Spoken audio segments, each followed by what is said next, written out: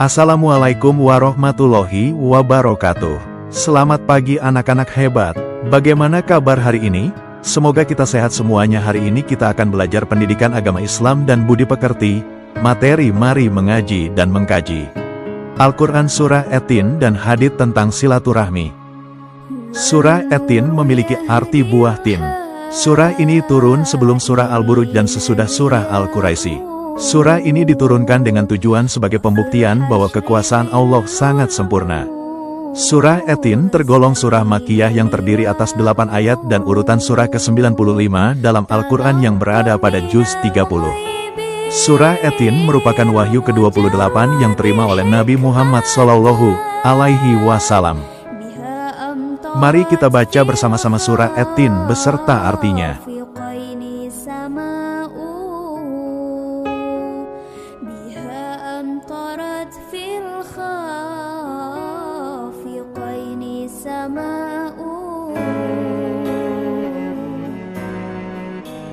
Mari kita belajar ilmu tajwid.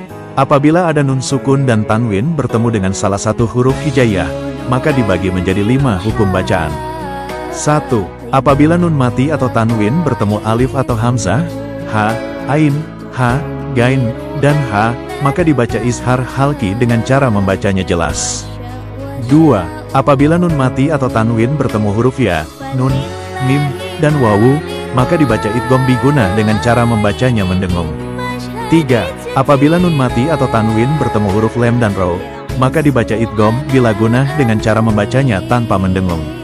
4. Apabila nun mati atau tanwin bertemu huruf ba, maka dibaca iklab dengan cara membacanya mengubah suara nun sukun dan tanwin diganti dengan huruf mim sukun.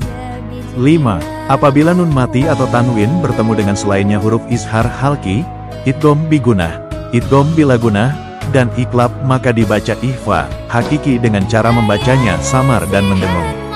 Huruf ihfa hakiki ada 15. Selanjutnya kita akan memahami isi kandungan surah At-Tin.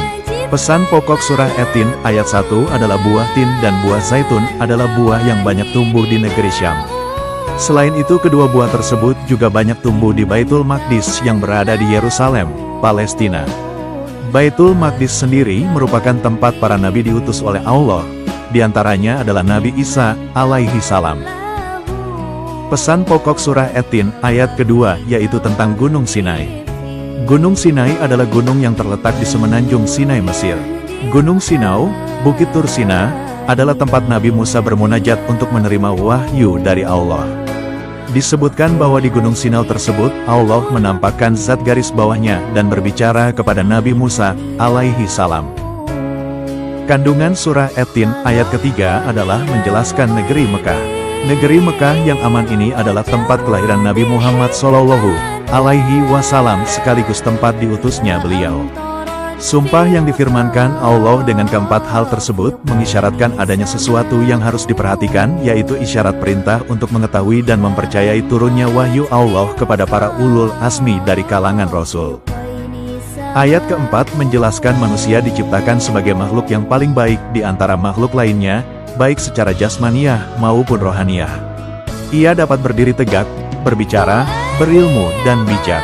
Manusia dibekali dengan akal pikiran dan hati yang dapat berfungsi dengan baik, sehingga memungkinkan bagi manusia untuk menjadi khalifah di muka bumi ini. Kandungan surah At-Tin ayat kelima menjelaskan manusia adalah makhluk dalam bentuk sempurna yang diciptakan oleh Allah dibandingkan dengan makhluk lain, karena manusia memiliki akal dan nafsu.